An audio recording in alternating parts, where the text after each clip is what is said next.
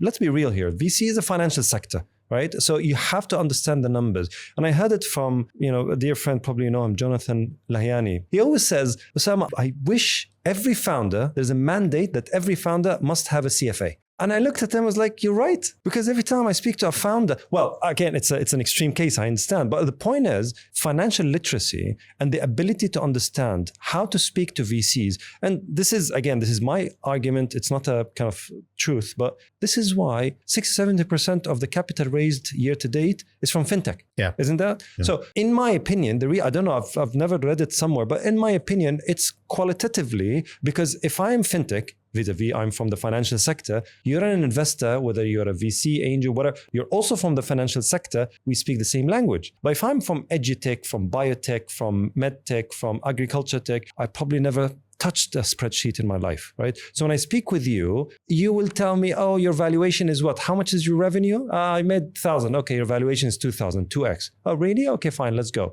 And then obviously that will not turn well and people will be frustrated. What do you feel about that? Well, I mean, look, on the point of the CFA, you can hire someone with a CFA. The founder doesn't need to have the CFA. I mean, I was on a talk recently, which was a roundtable discussion, and you had 4 companies that were all looking to IPO, and their CFOs were on there. These guys were at Morgan Stanley, Goldman Sachs, JP Morgan. So at a certain stage, the founder acknowledges, even with a CFA. I'm talking about, let's say, at the early stage. At the early stage, I think that storytelling is more important. Really? Yeah, at the very early stage. Do you think storytelling can inflate the valuation more than it is actually when it's grounded in numbers? Of course. So do you think that part of this, and that was my next question, do you think part of the failures that happens early on is that inflated valuation, which is wrong because now you have to live up to that valuation for the next round? There's 2 parts of that. Right. I think that in my opinion, humble opinion, is that at the very early stage, it doesn't matter what your numbers are, in so much as you are selling a dream. Investors invest in you because they believe in you as a founder, right? I've pivoted 7 times in 10 years. If the first idea was the idea that I was now, it's very rare that people stick. So you have to sell the concept of a dream that people buy into, substantiated with numbers. But I don't think that the numbers are the thing that you're going to invest in. You can argue that at Series A, it becomes more important. And I'm making the argument at Series C, you got a professional guy that's only job is to do that. So there's an evolution at each step of that journey. Agreed, yeah. But I do believe that the storytelling concept is something.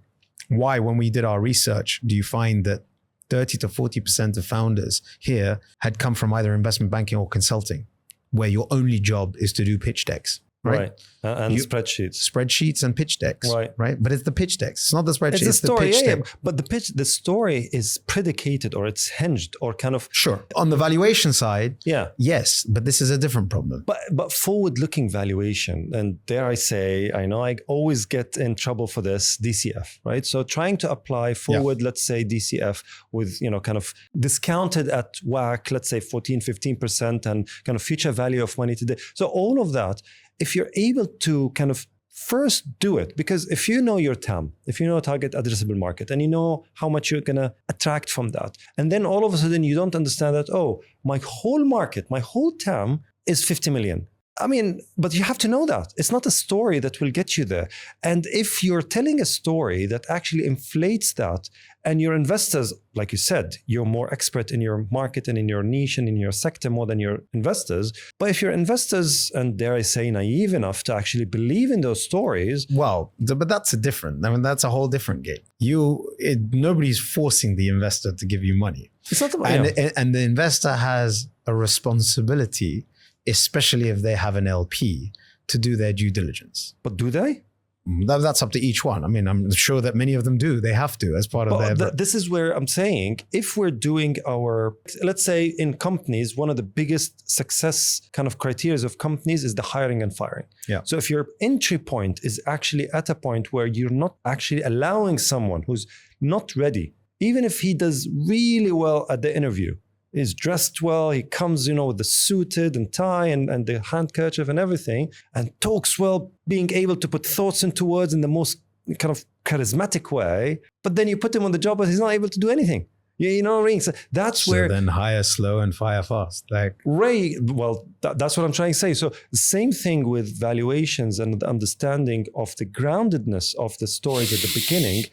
Probably, and this is what I see day in, day out. And obviously, I'm not an expert here. I'm still early in the game, only 3 years. You've been here for much, much longer. And I'm speaking to, investment bankers who've been decades doing this thing at a much larger scale. But I keep on hearing the same story. It's about the gut feeling. It's about this. It's about that, which is instrumentally important. I mean, don't get me wrong there. I'm not discounting that. I'm just saying it's basic, it's lazy, and it's simple. It's very uncomfortable for people to say that out loud. And I know I've been in hot water. I've been called out for this. And I will always keep calling it out because first principle thinking says... as a concept, I don't necessarily disagree with you, but I think it depends on the stage. Your DCF model and the WACC and the calculation, Series C or D, where you're raising sense, yeah. $200, $300, $400 million. Yeah, you need all the investment bankers in the world to be able to model that, because the investor is expecting a return in 2 years. They're not expecting a return in 8 years. They're looking for an IPO. It's one of the challenges that we're facing now. Why you're not seeing late stage funding is because they're not sure that they're going to IPO. There's not much more capital you can raise, right? So your DCF model is extremely important. For a $1 million seed round, as I already kind of highlighted, that company, that 50 million TAM that you're talking about, if you give them $1 million and they flip it into an AI company, can become 500 million. So you're not investing on the 50 million.